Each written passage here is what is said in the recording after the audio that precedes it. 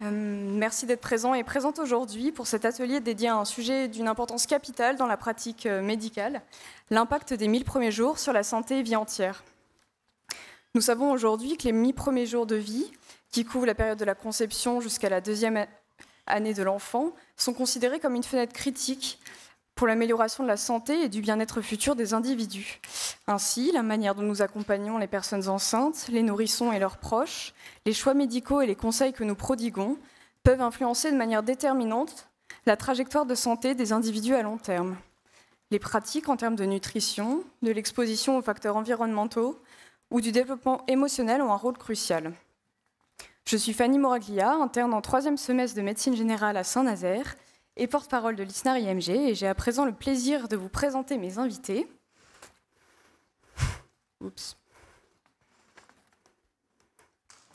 Le professeur Thierry Cardozo, médecin, responsable de l'unité interaction précoce 1000 premiers jours à la direction de la prévention et de la promotion de la santé de Santé publique France, qui est malheureusement malade, mais nous a envoyé une vidéo. Mélie Rousseau, sage-femme, coordinatrice nationale du projet FEE, Femmes enceintes, environnement et santé, et responsable du pôle périnatalité à l'APA, l'Association pour la prévention de la pollution atmosphérique. Et le docteur Judith Louillot, médecin généraliste à Lille, à Villeneuve-d'Ascq, et membre de l'association Alerte des médecins sur les pesticides. Merci encore pour votre présence et je vous souhaite une table ronde enrichissante. La pratique d'une approche intégrée de la santé infantile se présente comme un levier majeur et incontournable de prévention de la santé des populations. Donc on va débuter par la vidéo.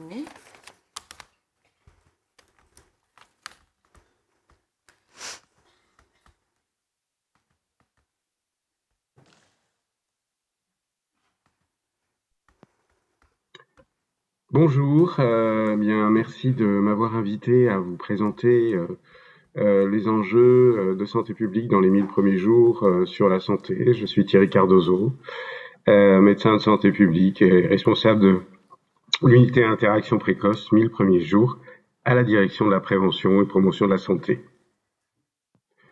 L'objectif de cette présentation est de vous présenter les enjeux stratégiques des déterminants de la santé pendant les 1000 premiers jours pour la santé de l'adulte à en devenir. En se basant sur l'approche épidémiologique life course ou vie entière, nous allons souligner l'importance des interactions précoces, des soins attentifs et des actions et interventions précoces pour les soutenir dès la grossesse afin de réduire les inégalités sociales de santé. Alors, le début de la vie, comme vous le savez, c'est évidemment une période clé pour commencer en fait à réaliser le potentiel de santé dès la naissance et même avant, tout au long de la vie. Dans les années 80, l'épidémiologiste anglais David Barker a avancé l'hypothèse d'une origine fœtale des maladies de l'adulte. Il publie un lien entre le fait d'avoir des retards de croissance intra-utérin et l'occurrence de mortalité cardiovasculaire à l'âge adulte.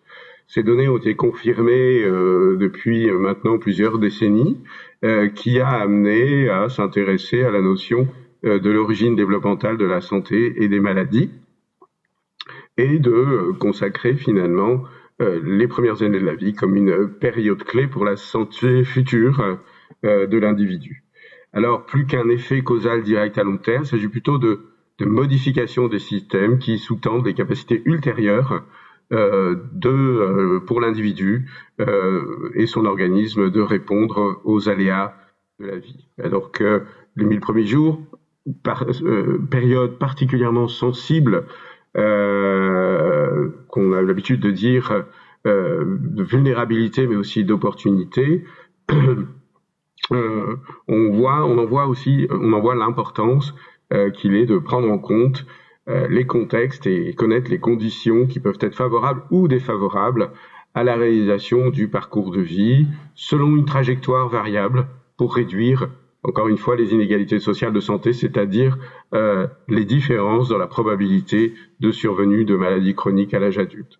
Donc vous voyez ici en bleu en haut une courbe qu'on peut appeler la trajectoire en santé, qui va être plus ou moins soutenue par des facteurs protecteurs, comme ici, par exemple, la capacité des parents à répondre aux besoins fondamentaux des enfants, mais également la capacité à l'apprentissage de la lecture, mais aussi la disponibilité de différents services, que ce soit de santé, et également l'entrée à l'école.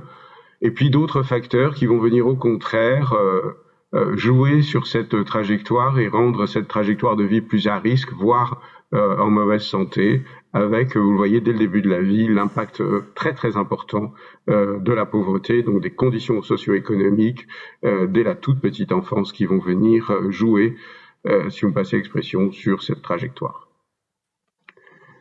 Alors, on connaît beaucoup de choses sur l'impact que peut avoir le vécu de la mère pendant la grossesse sur le développement fœtal. Vous avez ici une publication récente de 2024 qui synthétise les connaissances que l'on peut avoir aujourd'hui entre des perturbations psychologiques notamment, mais qui vont avoir un effet biologique de la maman, chez la maman, vers le fœtus, dans ce qu'on appelle l'exposition au stress toxique, c'est-à-dire un stress intense, durable, qui va venir engager les réponses de système de défense de l'organisme de la maman de manière qui vont dépasser en tout cas les capacités à se réguler de manière harmonieuse. Dans ces perturbations, on va avoir un certain nombre de systèmes qui vont être engagés, comme le système inflammatoire, mais aussi l'altération du microbiote et d'autres mécanismes qui, au moment de la grossesse, vont déjà venir potentiellement entraver la programmation fœtale dans l'ensemble de la structuration des organismes, que ce soit pour le cerveau du bébé, mais aussi pour les autres systèmes, comme par exemple le système endocrinien ou l'altération de l'expression des gènes, ce qu'on appelle l'impact épigénétique de l'environnement et des événements qui vont faire pression sur le développement de l'enfant, qui ensuite, lorsqu'il va naître, peut avoir un certain nombre d'effets comme des troubles neurocomportementaux, des difficultés d'apprentissage ou de mémorisation, voire des problèmes neuropsychiatriques plus installés. Alors, ce qu'on appelle l'adversité sur la santé, les événements négatifs dans l'enfance, ont un impact de plus en plus étudié.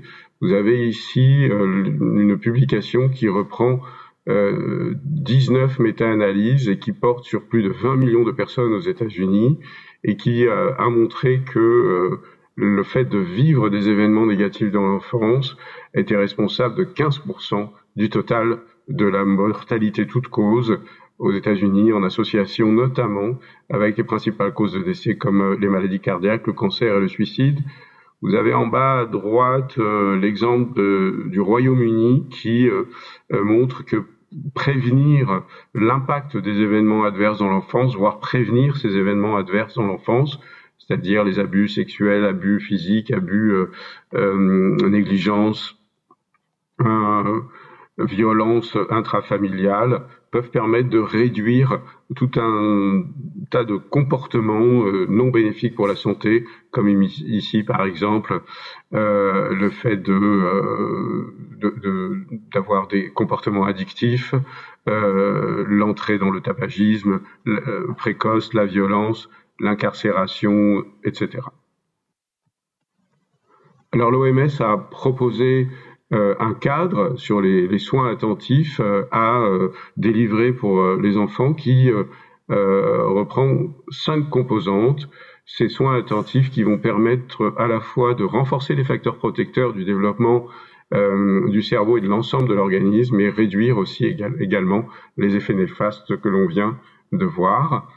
Vous voyez ici qu'il y a dans ces différentes composantes plusieurs dimensions. La dimension stricto sensu sanitaire, comment permettre aux enfants de grandir en bonne santé, de disposer d'une nutrition adéquate, de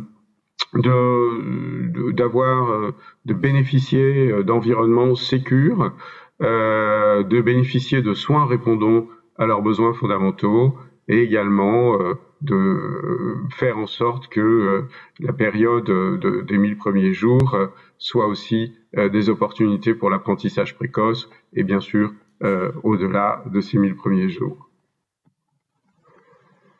Un concept qui est de plus en plus présenté, que l'on appelle le concept de santé relationnelle, qui fait référence à la capacité des adultes de former et maintenir des relations sûres, stables et enrichissantes, comme puissant antidote aux impacts de l'adversité de l'enfance et donc réduisant l'impact de la réponse au stress toxique, qui permettent à la fois de fournir des facteurs protecteurs et de résilience qui vont favoriser les compétences d'adaptation nécessaires pour faire face à l'adversité future de manière saine. C'est ainsi que on définit aujourd'hui la santé, finalement, à la fois la capacité de s'adapter à des événements de la vie, aux aléas de la vie, mais également de réparer ce qui peut être réparé. Et ce sont les parents et les adultes qui fournissent ces soins.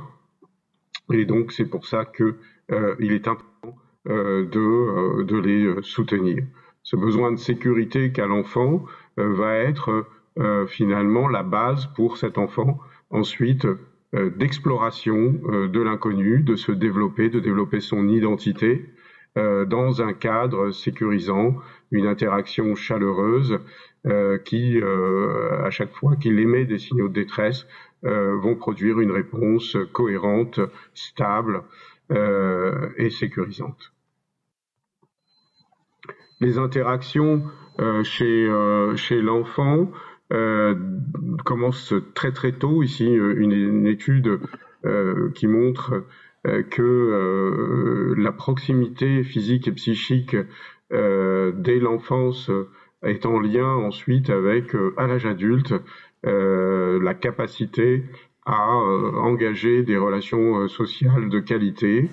Une étude qui a été faite ici chez des enfants nés à terme et qui comparait avec des enfants prématurés qui étaient un peu plus séparés de leur maman, de leurs parents, ici avec les mamans, mais cette étude a aussi été faite avec les papas. Le mécanisme expliqué, c'est que la proximité entre la maman et les nourrissons a permis d'être plus en harmonie par une synchronisation à la fois cérébrale, notamment par les compétences qui se développent en empathie, mais également une synchronisation des taux d'ocytocine. Il est donc fondamental en termes d'action d'arriver à développer des interventions de proximité. Nous avons fait à Santé publique France un rapport qui permet de disposer de repères pour l'implantation de telles interventions. Ces interventions de prévention précoce, ici réalisées à domicile, qui sont proposées aux plus fragiles, ont montré leur efficacité sur la santé de la mère, qui va avoir un meilleur suivi de grossesse, mais aussi en postpartum, avec moins de pathologies type diabète gestationnel, moins d'hospitalisation anténatale, moins de césarienne. Au niveau du développement de l'enfant, on va constater moins de prématurité, plus de vaccination, moins d'accidents, moins de passages aux urgences dans la première année, moins de troubles du comportement et une meilleure réussite scolaire. L'interaction parent-bébé avec un meilleur attachement, comme on vient de le voir, moins d'interactions dysfonctionnelles et pour les parents, un meilleur sentiment de compétence parentale. Pour favoriser les interactions de qualité, nous soutenons un certain nombre d'interventions comme l'initiative Hôpitaux Amis des bébés qui propose un accompagnement bienveillant des parents pour favoriser l'attachement parent-enfant, l'autonomie des parents, des soins centrés sur la famille, et puis d'autres actions comme par exemple ici une action menée par l'Association française de pédiatrie ambulatoire pour aider les parents à gérer la relation aux écrans. Nous avons développé également un site internet, 1000premiersjours.fr, qui donne un certain nombre d'informations. Plusieurs dispositifs favorisant, soutenant en tout cas les mamans qui souhaitent allaiter, des guides pour accompagner l'allaitement mais aussi la diversification alimentaire.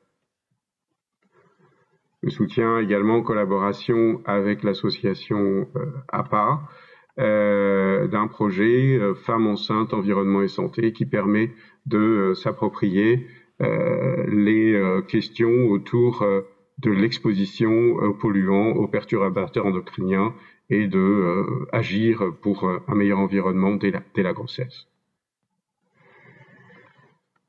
Pour améliorer notre connaissance des différents déterminants, nous menons une enquête actuellement qui s'appelle EVAN, étude sur le vécu et les pratiques parentales, pour améliorer les connaissances sur les déterminants du vécu et des pratiques parentales et de voir en quoi celles-ci peuvent avoir un effet sur ce qu'on appelle la pression parentale ou le stress des parents. On espère avoir les premiers résultats d'ici la fin de cette année. Je vous remercie beaucoup pour votre attention et je regrette de ne pas avoir pu être parmi vous aujourd'hui.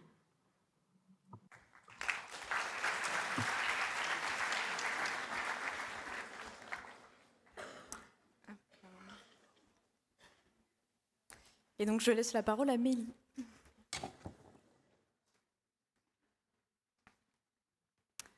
Bonjour à tous, merci de m'avoir invité à parler du projet EFFET lors de ce congrès. Donc moi, je travaille à l'Association pour la prévention de la pollution atmosphérique, la PPA. Je suis responsable du pôle périnatalité et santé environnementale et je suis sage-femme de formation. La PPA, c'est une association nationale qui a été créée en 1958 et qui est reconnue d'utilité publique. On a un réseau de bénévoles scientifiques, ça peut être des médecins spécialistes comme des pneumologues, des allergologues, des médecins spécialisés en santé publique, dans les sciences humaines et sociales. On va avoir vraiment un champ d'expertise varié qui nous permet de proposer des actions en faveur de la promotion de la santé environnementale.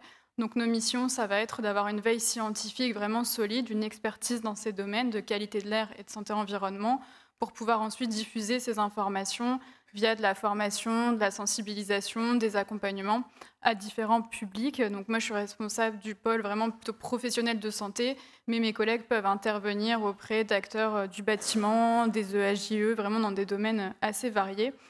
Donc on a différents comités régionaux en France.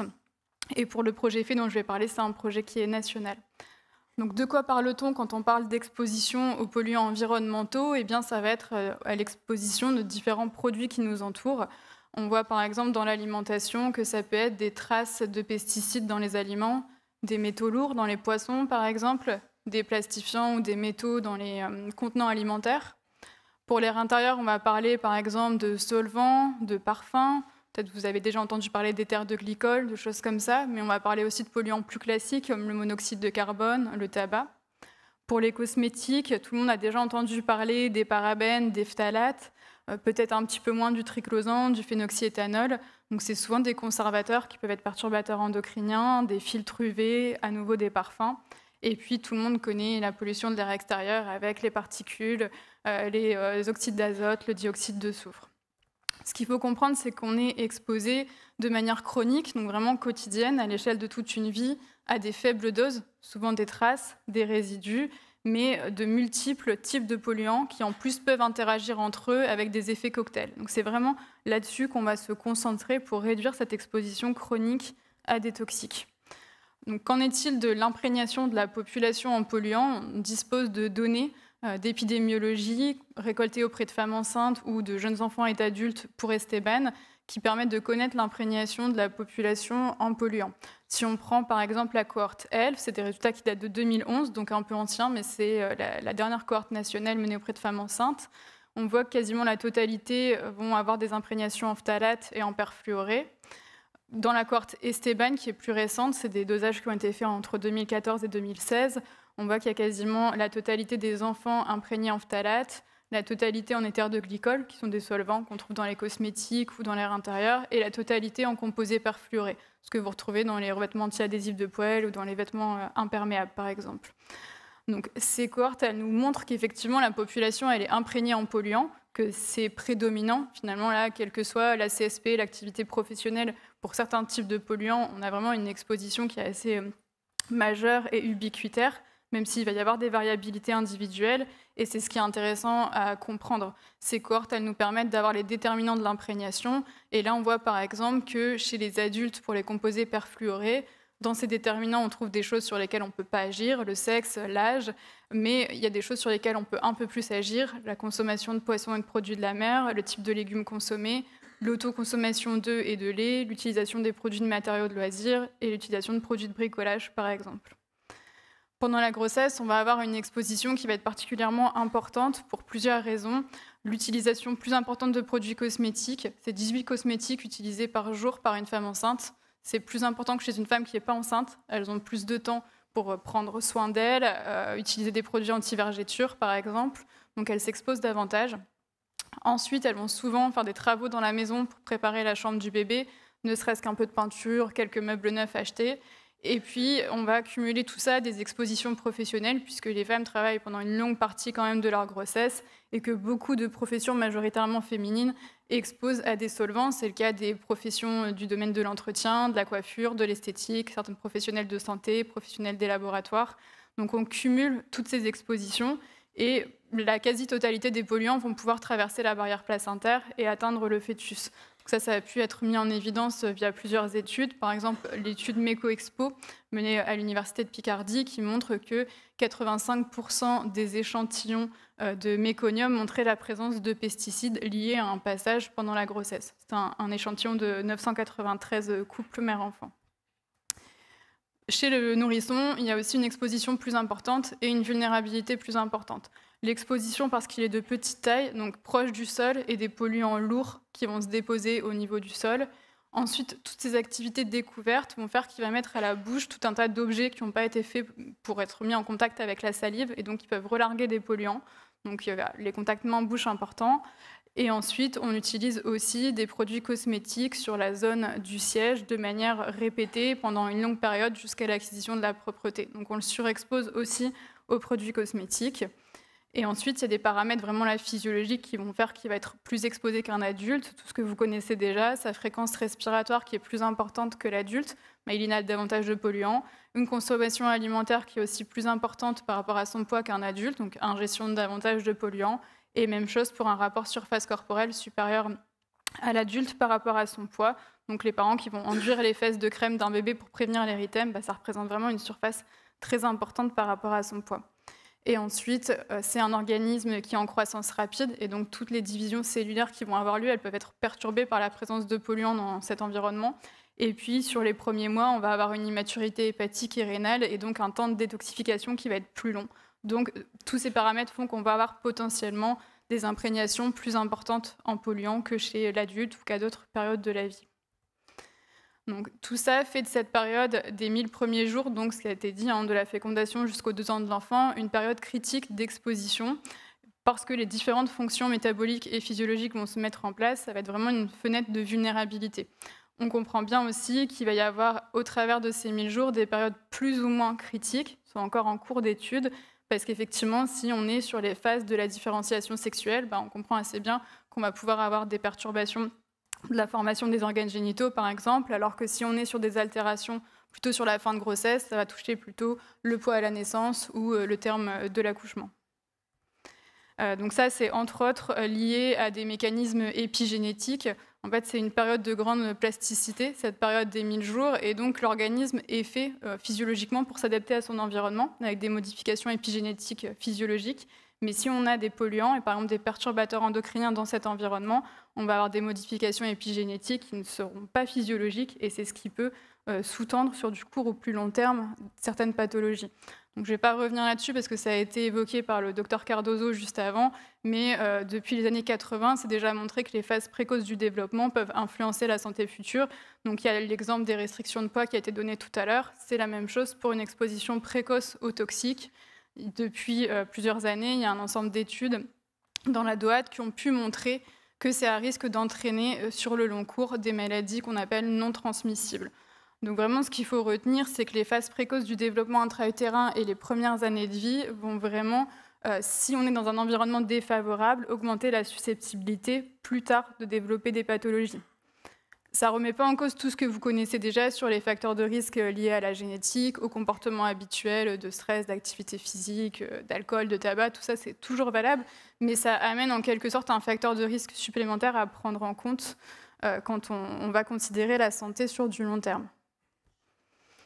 Donc on peut avoir des conséquences potentielles à court, moyen, long terme de ces expositions précoces aux toxiques. À court terme, c'est par exemple des risques augmentés d'avortement spontané, de mort in utero, de malformation des organes, en particulier les organes génitaux masculins, de prématurité, de modification des paramètres de naissance, et ça, je pense que c'est ce qui est le plus documenté en épidémiologie, une diminution du poids de naissance, de la taille, du périmètre crânien. À moyen terme, on est plutôt sur des risques de type leucémie, beaucoup mis en lien avec des expositions aux pesticides, des risques d'autisme ou de troubles respiratoires associés à l'asthme, plutôt liés à la pollution atmosphérique, là. Et les maladies à plus long terme que j'ai évoquées juste avant, de troubles métaboliques, obésité, diabète, troubles cardiovasculaires, troubles de la fertilité, et également avec les hypospadiales, les cryptorchidie, cancer du testicule sur le plus long terme, et les cancers hormonodépendants. Donc l'idée, nous, c'est de pouvoir réduire toutes ces pathologies et de pouvoir agir sur l'exposition des femmes enceintes et des nourrissons aux polluants environnementaux. Et on va se concentrer sur l'air intérieur, l'alimentation et les cosmétiques, parce qu'on a vraiment une capacité d'action à court terme sur ces expositions. Donc c'est dans cet objectif qu'on a créé le projet FEE, Femmes enceintes, environnement, santé, en 2011, donc ici, dans la région au Nord-Pas-de-Calais à l'époque, et créé par la PPA et la Mutualité française Hauts-de-France.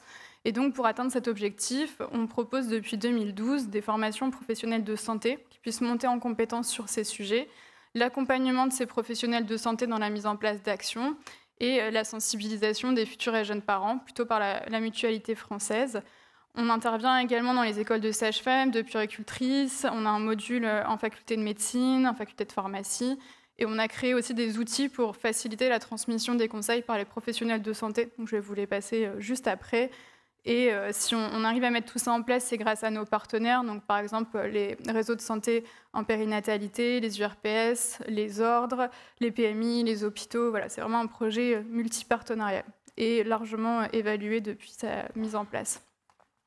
Donc depuis 2011, le projet s'est déployé dans différentes régions, l'Île-de-France, Grand Est, Centre-Val-de-Loire, la région Auvergne-Rhône-Alpes, Occitanie et PACA, avec également des actions ponctuelles en Corse, Pays de la Loire et Bretagne. Et au total, on a plus de 4000 professionnels de santé qui ont été formés. Donc, c'est des formations gratuites financées par les agences régionales de santé, les conseils régionaux parfois, ou par des établissements qui font de la formation en intra. Et c'est essentiellement une personne formée sur deux, c'est une sage-femme. Et ensuite, la deuxième moitié se partage entre les médecins, les infirmières, les puéricultrices, les auxiliaires de puériculture. Donc notre méthodologie, c'est vraiment de se baser sur des données issues de la littérature scientifique. On va vraiment lire toutes les expertises collectives, les revues de la littérature. Et à partir de tout ça, on va avoir des échanges entre notre équipe de formateurs avec le conseil scientifique de la PPA en cas de besoin pour pouvoir sélectionner les messages importants, sélectionner les conseils qu'on va vouloir transmettre à partir de ces données et pouvoir les donner aux professionnels de santé ou aux futurs et jeunes parents avec des outils adaptés. Et ensuite d'accompagner les professionnels de santé pour qu'ils puissent à leur tour rediffuser ces informations ou mettre en place des actions de formation. On sait que la période de la grossesse, c'est une période qui est vraiment favorable pour le changement de comportement. Tous les parents ont envie de faire au mieux pour la santé de leur enfant, quel que soit leur statut socio-économique. C'est aussi une période de la vie, la seule période de la vie où on est suivi de manière très régulière par des professionnels de santé sans pour autant être malade. Donc on peut vraiment avoir un accompagnement dans un changement de comportement. Et les occasions sont vraiment multiples sur les 1000 jours, entre l'entretien du 4e mois, les consultations prénatales, les visites à domicile par la PMI, ce qui était évoqué notamment par exemple dans Panjo, le projet mis en place par Santé publique France, le séjour à la maternité, la consultation gynéco, la rééducation du périnée. On a vraiment, et toutes les consultations pédiatriques par la suite, de multiples occasions de sensibiliser et d'accompagner. On a de multiples occasions, mais ce n'est pas pour ça que c'est facile. Il faut pouvoir savoir quoi transmettre, comment transmettre. Et l'idée, c'est de pouvoir hiérarchiser les conseils qu'on va donner pour qu'ils soient adaptés à la personne qui va les recevoir. Ce n'est pas de calquer tous les conseils qu'on a appris en formation, aller tout donner à la première personne qu'on croise. C'est vraiment de pouvoir cibler. Il faut que ces conseils soient faciles à retenir par le professionnel, par les futurs et jeunes parents. Il faut toujours être dans le pratico-pratique, que ce soit concret pour eux, sans insister sur les risques, ne pas être anxiogène ni culpabilisant. C'est une période qui est déjà chargée en stress, la grossesse. Le but, ce n'est pas du tout d'ajouter une charge mentale, mais c'est plutôt de trouver les petits conseils faciles à mettre en œuvre dans son quotidien et qui vont réduire ses imprégnations. Et donc, il faut que pour ça, les messages soient compréhensibles et acceptables, y compris sur le plan financier. Et ça va faire écho à la table ronde qu'il y a eu ce matin sur les inégalités sociales de santé. Il y a vraiment également en santé environnementale un gradient de ces inégalités sociales. Et les personnes les plus défavorisées vont être celles qui vont cumuler aussi les expositions environnementales, en plus de tout le reste, et qui vont y être aussi plus sensibles en termes d'impact sanitaire. Donc l'idée, c'est vraiment de renforcer la prévention auprès des plus précaires, et on a créé pour ça des outils adaptés. Donc je vais passer rapidement sur les 10 conseils faits. C'est des conseils qu'on voit dans nos conférences et dans nos formations, mais vous voyez, c'est des choses très concrètes. Aérer son logement tous les jours, matin et soir. Ne pas participer aux travaux d'aménagement de la chambre du bébé quand on est enceinte, faire vérifier les appareils à combustion pour éviter les intoxications au monoxyde de carbone, toute la sensibilisation autour du tabac, mais pas seulement le tabagisme actif, aussi le tabagisme passif et ultra-passif, ce qui est moins connu. Limiter l'utilisation de produits chimiques au domicile, et on a plein de conseils à ce sujet. Limiter le nombre de cosmétiques, éviter en particulier les colorations, le vernis et le parfum, privilégier des listes d'ingrédients courtes, laver et éplucher les fruits et légumes, privilégier le fait maison, plutôt local, plutôt de saison si on peut, et faire attention aux ustensiles de cuisson qu'on va utiliser. Donc l'idée, ce n'est pas de mettre ces 10 conseils à tout le monde, c'est vraiment de piocher en fonction des habitudes de vie de la personne, de ses attentes, de ce qu'elle aime faire chez elle, de son organisation, de son budget. Et l'idée, c'est de pouvoir accompagner cette personne dans son processus de changement de comportement. Et pour ça, nous, on se base dans nos formations sur l'entretien motivationnel, ce qui va permettre de vraiment donner un conseil adapté à la bonne période. Si on dit à une personne qui utilise, par exemple, tout le temps des lingettes pour changer son bébé, d'aller la prochaine fois qu'elle va se promener avec une petite bouteille d'eau et des carrés de coton lavable, clairement, ça ne va pas être adapté, ça va être un gap trop important pour elle. Donc, c'est de suivre aussi son processus de changement, juste susciter des questions au début, et ça ne vous prend pas beaucoup de temps. Parce que souvent, ça fait peur quand on parle de ça. On se dit, mais comment sur une consultation d'un quart d'heure, je vais pouvoir amener ce sujet-là? Des fois, c'est juste susciter l'intérêt pour la thématique, et derrière, il y a un autre professionnel qui prendra le relais, qui en parlera plus longuement, et puis vous, du coup, elle vous reposera une question la prochaine fois. Ça se fait vraiment sur du long terme, et c'est pour ça que c'est important que tous les corps de métier soient impliqués dans cette dynamique. Et donc, dans l'esprit de l'entretien motivationnel, du non-jugement, du partenariat, ce qui était aussi bien évoqué dans la dernière intervention de la matinée, les vocations et évidemment l'altruisme. Et donc, on a créé des outils pour vous faciliter la tâche. On a notamment une fiche 10 conseils, avec une face pour la mère, une face pour l'enfant, avec vraiment les conseils les plus simples sur toutes les thématiques. Ensuite, on a des fiches là plus détaillées par thématique, donc une fiche sur l'habitat, une sur l'alimentation, une sur les cosmétiques, qui vont un petit peu plus loin sur les conseils avec les labels, la qualité de l'eau, est-ce qu'on peut manger du poisson ou pas, par exemple. Et des affiches là à mettre dans les salles d'attente avec les grands conseils, rédigeants faciles à lire et à comprendre, et un QR code qui permet de retrouver les différents outils. Donc ça, c'est des outils qu'on peut mettre à disposition gratuitement dans certaines régions qui bénéficient de financement. Donc là, par exemple, en Hauts-de-France, on peut le faire, en Grand Est aussi, en Île-de-France. Donc il y aura notre contact après, il ne faut pas hésiter à nous écrire. Et on a créé un outil là spécifiquement pour les publics vulnérables, rédigé en facile à lire et à comprendre. Donc c'est une méthode de communication qui rend le texte accessible aux personnes dont le français n'est pas la langue maternelle ou qui vont présenter un handicap, par exemple, avec beaucoup d'illustrations, des smileys, des phrases courtes, c'est sujet, verbe, complément. Donc voilà, on a passé un peu plus d'une année à créer cet outil qui a été testé dans des centres d'hébergement d'urgence, auprès de personnes très précaires et qui ne parlaient pas bien français. Et c'est un outil qui est très largement utilisé. Il y en a des milliers qui sont envoyés aux professionnels chaque année. Et donc, on propose des formations, je vais finir là-dessus, pour monter en compétence sur cette thématique et pouvoir répondre aux questions et conseiller les femmes enceintes, ces patientes, les jeunes parents, avec des modules contexte en santé environnementale. Donc, on va beaucoup plus loin sur la vulnérabilité de la femme enceinte, l'épigénétique et tout ça. Un module qualité de l'air intérieur, où on va pouvoir balayer justement tous les polluants de l'air intérieur, tout ce qui va être peinture, les pesticides qu'on peut utiliser, par exemple. Un module alimentation, où on va voir les pesticides, mais aussi les poissons, la qualité de l'eau, les additifs, les modes de cuisson, les ustensiles.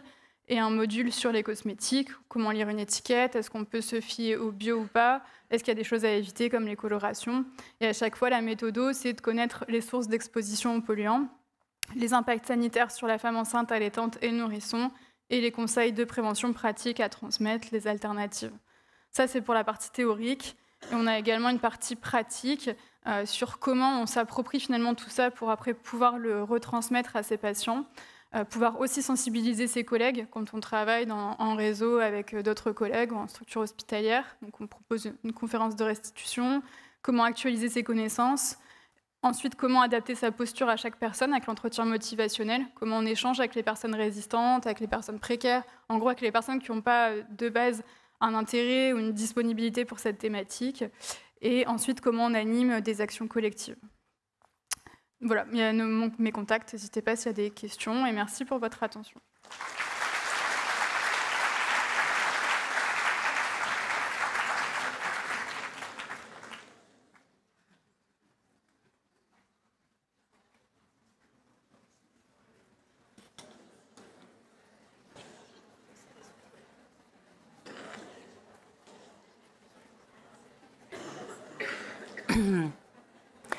Voilà, bonjour à tous et merci beaucoup de m'avoir invité au nom de l'association Alerte des médecins sur les pesticides. Donc je suis le docteur Judith Louillot, je suis médecin généraliste à Villeneuve-d'Ascq, tout près de Lille. Et donc je suis membre de l'association Alerte des médecins sur les pesticides et également de l'association Génération Future. Donc quelques mots sur l'association Alerte des médecins sur les pesticides. C'est une association donc, qui regroupe des soignants et qui a pour objectif la protection de la santé face à l'utilisation des produits phytosanitaires de synthèse et des polluants chimiques. Donc on souhaite principalement informer les agriculteurs et la population générale sur les dangers des pesticides de synthèse et sur les façons de ne pas les utiliser. On souhaite également informer et former les médecins sur les mêmes thèmes et également agir auprès des pouvoirs publics pour limiter leur utilisation à un niveau aussi bien local que national et également européen. Voilà, alors je redis quelques mots sur les perturbateurs endocriniens, bien que ça ait déjà été traité par Mélie, mais je pense que quand même, maintenant vous savez plein de choses là-dessus. Donc les perturbateurs endocriniens, donc c'est des substances exogènes ou des mélanges qui altèrent la fonction du système endocrinien et qui peuvent causer un effet délétère sur la santé d'un individu, sur sa descendance ou sur des sous-populations. Donc pour rappel, la première à avoir parlé des perturbateurs endocriniens, c'est une grande biologiste qui s'appelait Rachel Carlson et qui a écrit un livre dans les années 60 aux États-Unis suite à l'observation qu'elle faisait sur les altérations de la faune dans les grands lacs américains. Donc ce livre, c'était Le Printemps silencieux. Depuis, les connaissances se sont enrichies et les chercheurs et les médecins sont unanimes pour alerter sur les dangers de ces produits chimiques qui vont donc mimer et perturber le bon fonctionnement de nos propres hormones. Donc la particularité de ces perturbateurs endocriniens, c'est que la dose ne fait pas le poison. Jusqu'à présent, en toxicologie conventionnelle, on considérait qu'en dessous d'une certaine dose, il n'y avait pas de danger. Eh bien, avec les perturbateurs endocriniens, c'est différent.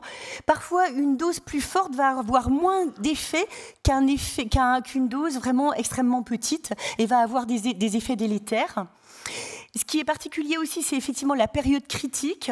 Tel perturbateur endocrinien, à un moment du développement de l'embryon, ne va pas avoir d'effet. Mais par exemple, s'il agit au moment où les organes sexuels se mettent en place, eh ben, il va pouvoir avoir un effet délétère et provoquer un hypospadias ou une cryptorchidie. Les effets, effectivement, peuvent se potentialiser entre eux, c'est ce qu'on appelle l'effet cocktail, Mélie en a très bien parlé. Et il peut y avoir également des effets transgénérationnels et épigénétiques. Alors, dans l'histoire de l'humanité, c'est vraiment l'histoire du distilbène qui a marqué les médecins. Donc le distilbène, dans les années 60, c'était une hormone qu'on donnait pour éviter les fausses couches. Ça ne marchait pas, mais on le donnait quand même. Et en fait, ça a eu des effets sur les femmes issus des grossesses des femmes qui avaient pris le Distilbène, avec des tumeurs rares du vagin, des fausses couches à répétition, l'impossibilité de mener une grossesse à terme. Et maintenant, avec du recul, on voit aussi que ça a eu des effets sur les petits-fils des femmes qui avaient été exposées au Distilbène, mais là maintenant avec plus des troubles d'ordre neurodéveloppementaux, avec des hyperactivités et des troubles du spectre autistique.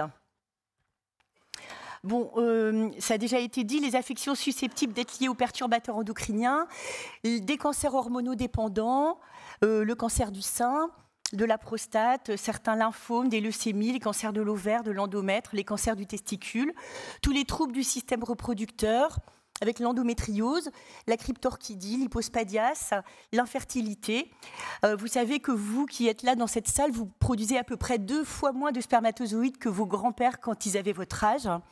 Des troubles métaboliques avec le diabète de type 2, l'obésité, les maladies thyroïdiennes auto-immunes et les troubles du neurodéveloppement avec les TSA, mais également l'anxiété chez l'enfant, ça a été prouvé, et les troubles relationnels. Alors d'abord, alors moi je suis là pour vous parler des ordonnances vertes, ne vous inquiétez pas, on va y venir, mais avant de vous parler des ordonnances vertes, je vais vous dire pourquoi est-ce que les médecins sont mobilisés pour mettre en place les ordonnances vertes. Il faut partir d'un constat, c'est que notre environnement est vraiment pollué, mais que pas grand-chose ne change. Dans notre alimentation, il y a des résidus de pesticides. Voilà, il suffit de faire des dosages pour en trouver. L'alimentation bio nous protège. Quand on fait des dosages, il y a 200 fois moins de résidus de pesticides en bio qu'en conventionnel, mais il en reste encore un peu à cause de la pollution diffuse qui est par exemple dans l'eau de pluie, tout simplement. On trouve des résidus de pesticides dans l'eau qu'on consomme, et également des métabolites. Donc un petit point sur les métabolites. Donc en France, il y a à peu près 360 molécules qui sont autorisées pour le traitement agricole, 360 molécules différentes qui vont rentrer dans des produits finis. Et ces 360 molécules, en fait, quand ils vont se répandre dans la nature, une fois qu'ils ont été pulvérisés, ils vont être transformés par leur contact avec l'air, avec le soleil, avec l'eau. Ils vont se répandre au fond des rivières, sur le sol, et ils vont se transformer en des métabolites, donc les produits de dégradation des pesticides. Alors jusqu'à il y a encore très très récemment, on ne les dosait pas. Donc en fait, il y en avait, mais ils n'étaient pas recherchés par les agences régionales de santé et par les gens qui dosent l'eau. Maintenant, sous la pression des associations, on commence à les rechercher, et en fait, on se rend compte qu'ils sont très nombreux, beaucoup plus nombreux que ce qu'on imagine, et que parfois ils peuvent aussi avoir des effets délétères sur nos corps et sur la biodiversité, qui parfois peuvent être même plus dangereux que leur maman, que leur molécule mère. C'est par exemple le cas, on en parle beaucoup en ce moment, de l'acide trifluoroacétique, le TFA, qui est issu d'une part des gaz réfrigérants, mais également de certaines familles de pesticides qu'on appelle les pesticides PFAS. Donc il y a par exemple le flufénacet. Ça, c'est un herbicide qui est très très utilisé sur les cultures de céréales, enfin pour préparer la terre avant de planter les céréales. Ou également le fluopyrame. Ça, c'est un fongicide qui est également très très utilisé. Donc ces deux pesticides, le flufénacet et le fluopyrame, ils vont se dégrader en acide trifluoroacétique. Et l'acide trifluoroacétique, c'est une extrêmement petite molécule qui pénètre partout, qu'on retrouve à des taux très importants, aussi bien dans les eaux dans lesquelles vont être captées l'eau du robinet. On la retrouve dans l'eau du robinet et on la retrouve également dans l'eau minérale. Et on en a tous dans nos corps. On sait que maintenant que c'est hépatotoxique. Et en fait, l'entreprise Bayer vient de révéler que c'était également toxique pour la reproduction. Il faut noter également une prise de conscience très lente du corps médical. Autour de vous, vous trouverez certainement des médecins qui vous disent que les perturbateurs endocriniens, c'est pas si grave que ça, et qui se battent pas particulièrement contre cela.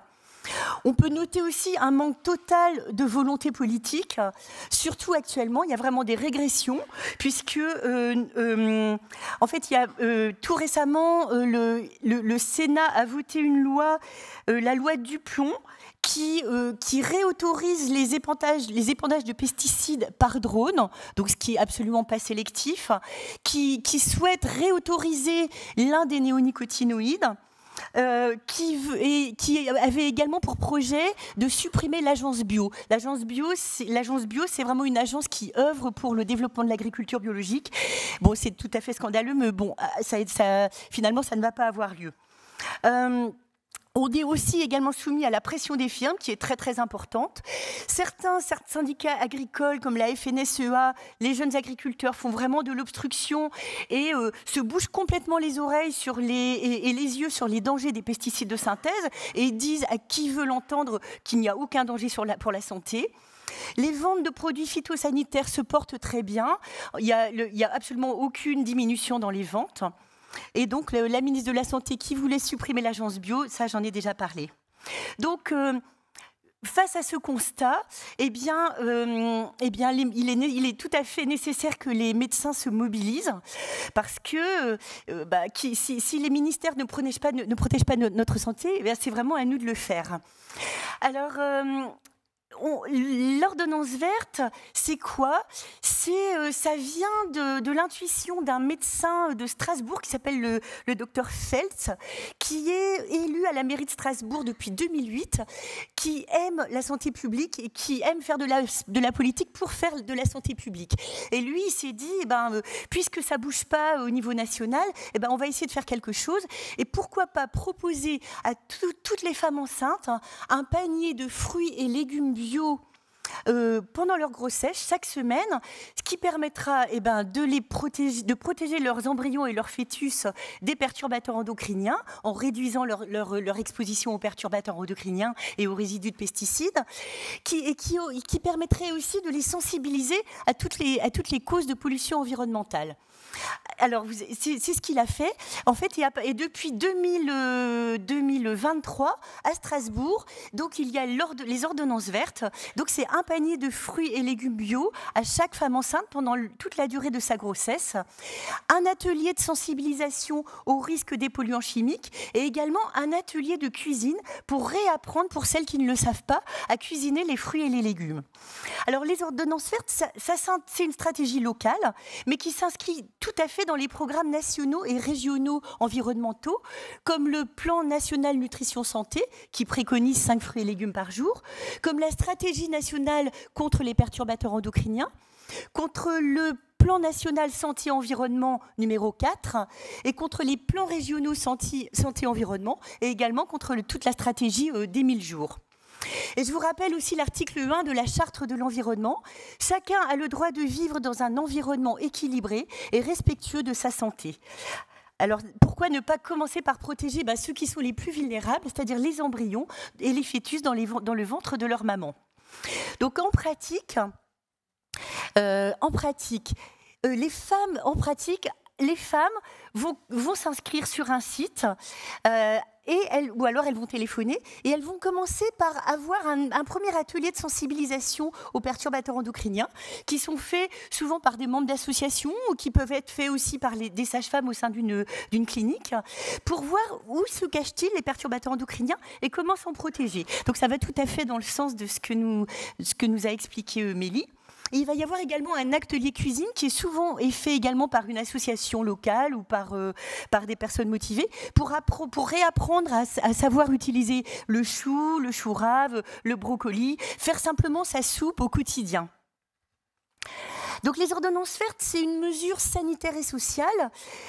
Sociale, effectivement, parce qu'en fait, c'est pour tout le monde. Qu'on soit aisé dans la vie ou qu'on ait du mal à joindre les deux bouts, on va pouvoir bénéficier de cette mesure.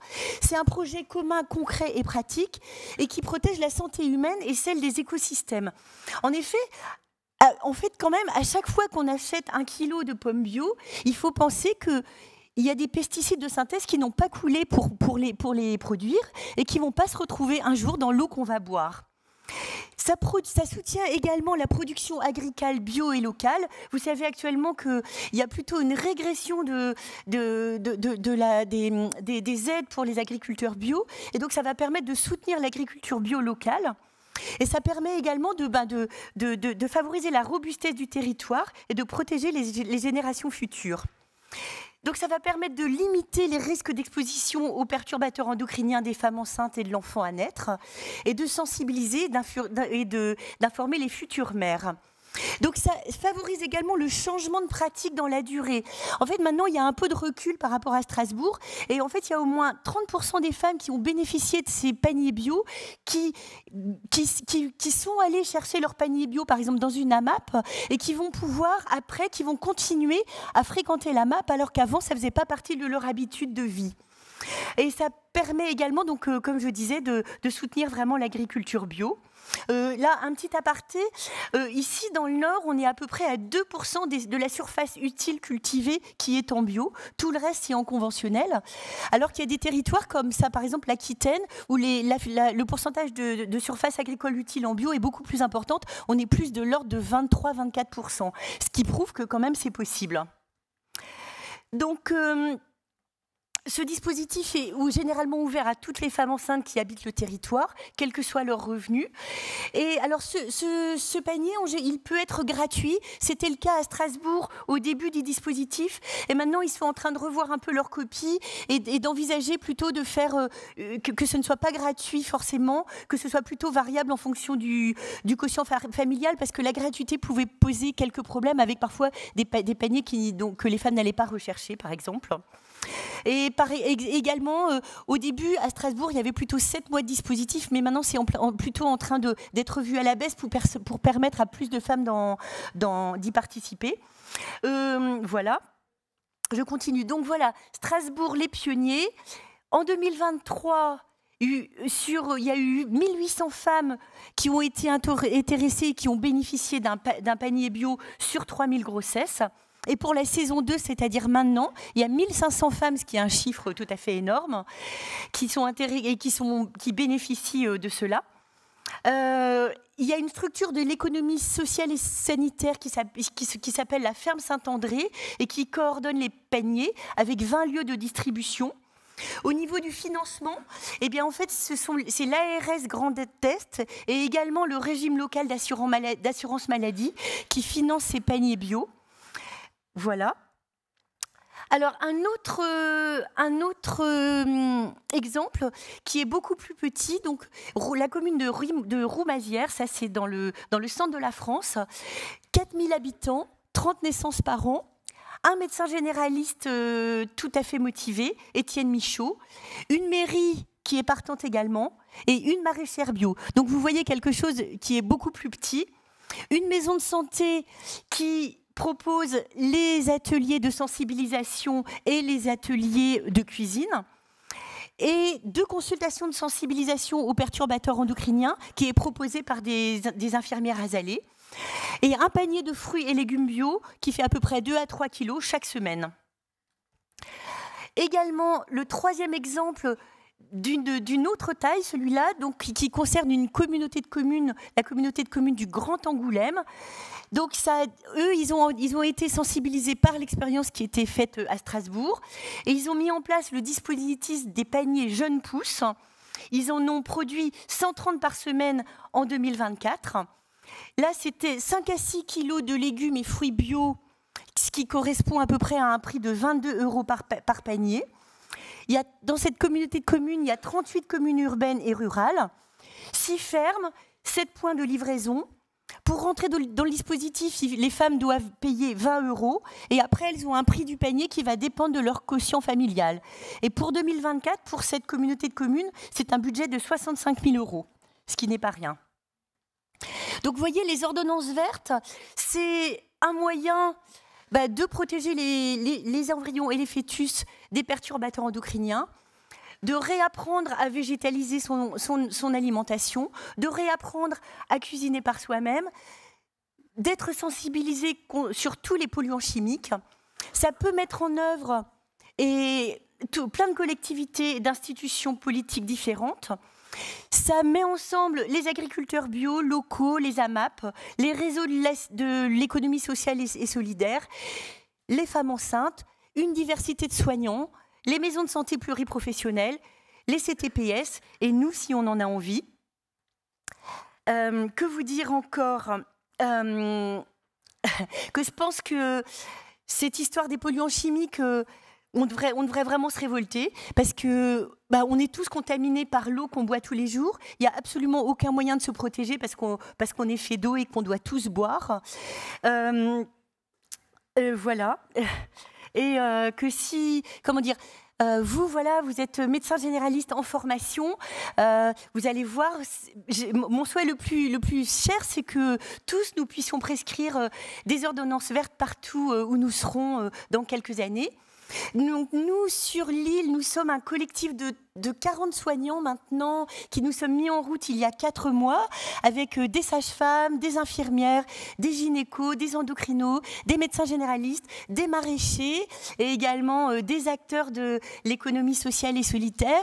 Et en fait, on est en train de démarcher les caisses de sécurité sociale, les CTPS et les mairies pour mettre ça aussi en route sur notre territoire.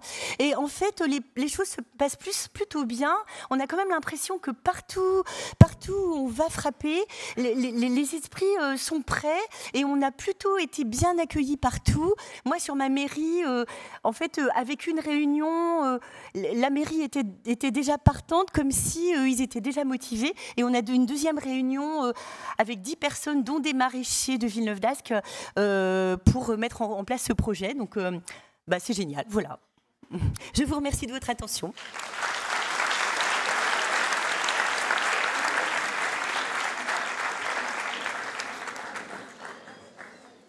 Alors, si vous avez des questions, n'hésitez surtout pas. Elles sont disponibles.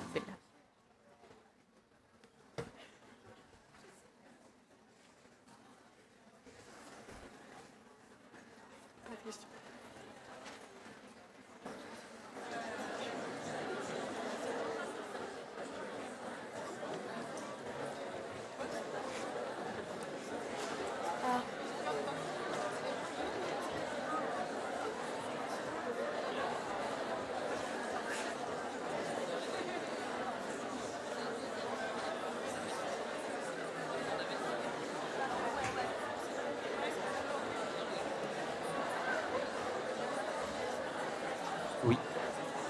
Bonjour. Guillaume, interne en médecine générale sur l'île. Vous aviez parlé des polluants dans l'eau. Moi, je me posais une question. Est-ce qu'il y a un moyen de l'éviter, comme les carafes qui filtrent, le charbon actif, je ne sais quoi? Non, vas-y. C'est répondre.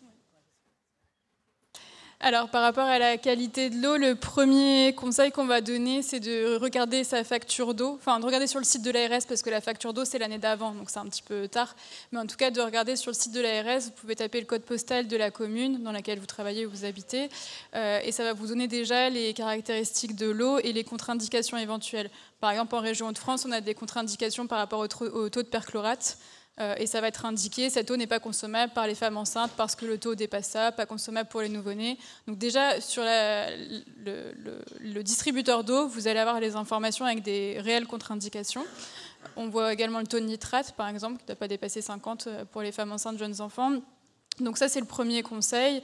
Vérifier qu'il n'y a pas de canalisation au plomb dans le logement. C'est le deuxième conseil. Laissez toujours couler l'eau avant de la consommer si elle a stagné un petit peu. Et ensuite, on ne va pas conseiller d'outils filtrants parce qu'en fait, on ne pourra pas s'assurer de la qualité de l'eau après filtration. On n'a pas d'idée de est-ce qu'elle a été suffisamment filtrée ou pas. Donc, ou à la base, elle est consommable et on la consomme telle qu'elle, ou elle n'est pas consommable et on ne la consomme pas parce qu'on n'a pas de moyen de vérifier. Et en plus, on a potentiellement des relargages secondaires, des proliférations microbiennes au niveau des filtres s'ils ne sont pas suffisamment entretenus. Ça peut aussi capter des minéraux essentiels. Donc si on enlève du calcium dans l'eau qu'on consomme, elle n'est plus adaptée non plus. Donc le conseil, c'est de ne pas utiliser de moyens de filtration, mais de vérifier que l'eau est consommable. Si tu veux ajouter quelque chose.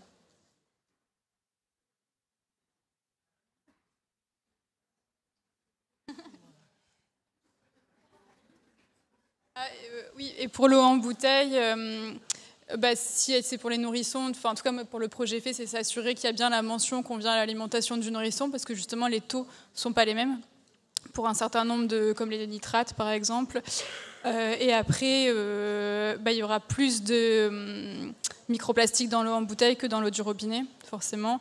de ne pas les laisser à la chaleur, parce que c'est là que le relargage en plastique va augmenter.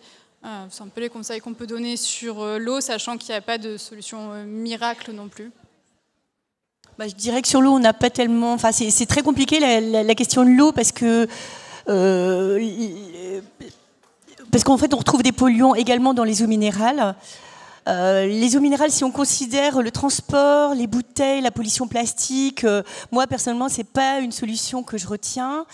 Et sur l'eau du robinet, voilà, il y a des métabolites de pesticides qu'on ne cherche pas, qu'on ne connaît pas et qui sont là. Je pense que la seule chose, on ne peut plus rien faire sur la pollution qui est déjà là. Il faut vraiment se battre pour arrêter de polluer les eaux, tout simplement.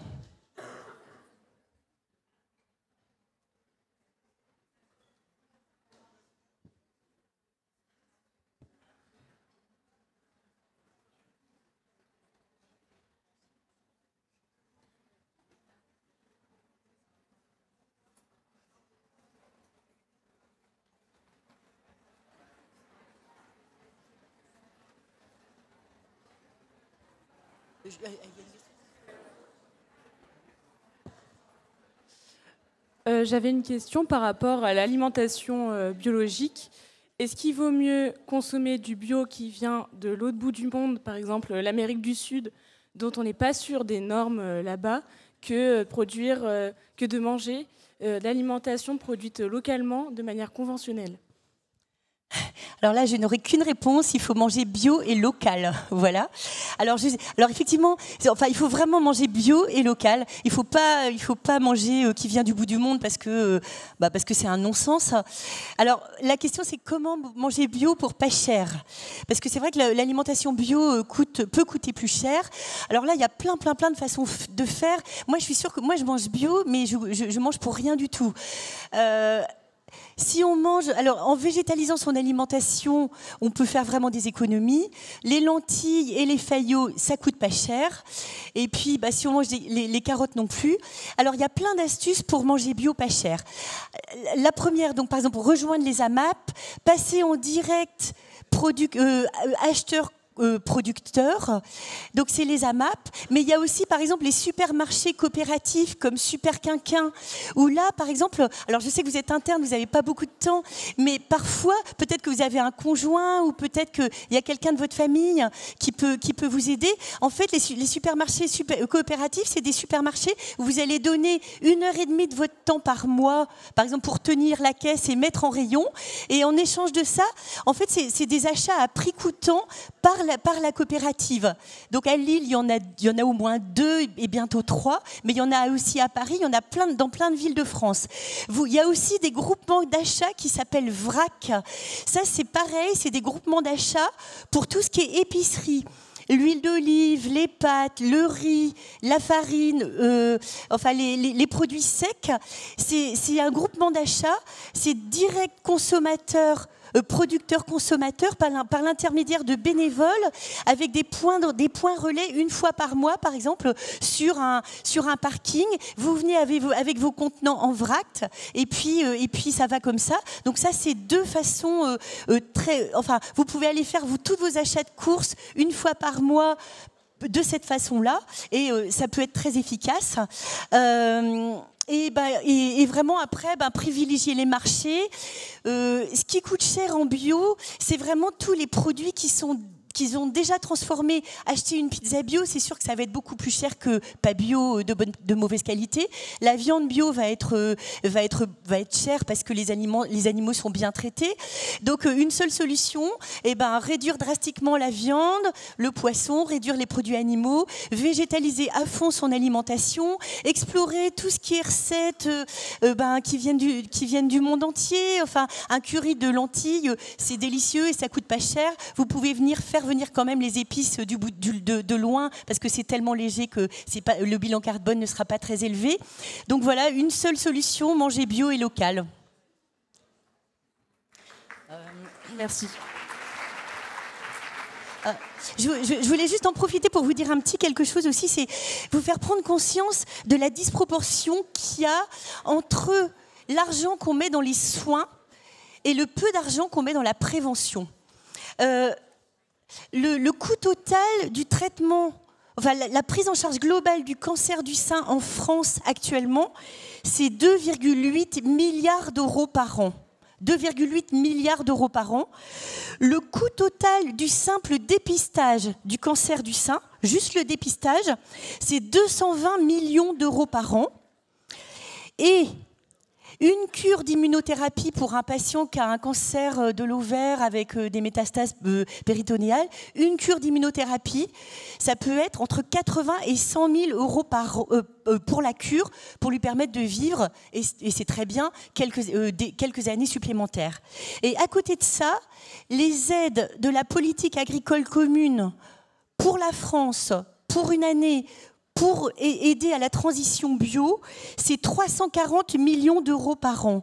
Donc 340 millions d'euros pour aider à la conversion bio des agriculteurs, contre 220 millions d'euros pour le seul dépistage du cancer du sein. Il y a quand même une énorme disproportion.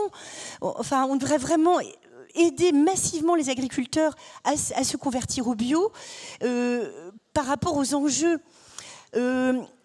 C'est sûr que quand on a 300 hectares de terre en conventionnel, qu'on fait de la monoculture de céréales, de pommes de terre et de betteraves, on ne peut absolument pas se passer des produits phytosanitaires parce que cette agriculture-là, elle a été fondée sur les engrais chimiques, les engrais azotés et les pesticides de synthèse. Si vous avez 100 hectares de pommes de terre et que vous avez un ravageur qui arrive, vous pouvez tout perdre. Donc, c'est impossible de passer comme ça du jour au lendemain d'un modèle à l'autre.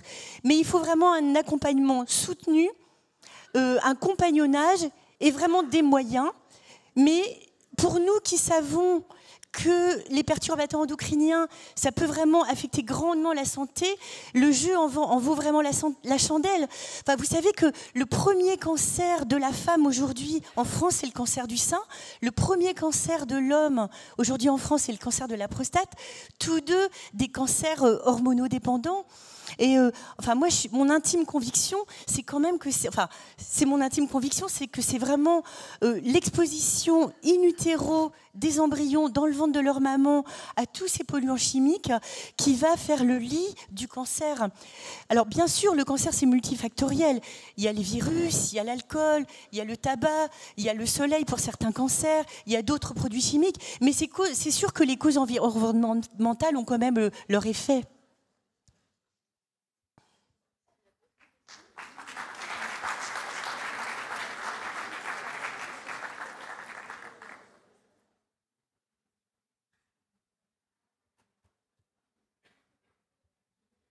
Bon, bah, s'il n'y a pas d'autres questions, vous pouvez prendre une pause gourmande dans le hall. Et puis, à 17h30, une table ronde sur la santé des soignants dans le Grand Théâtre. Merci.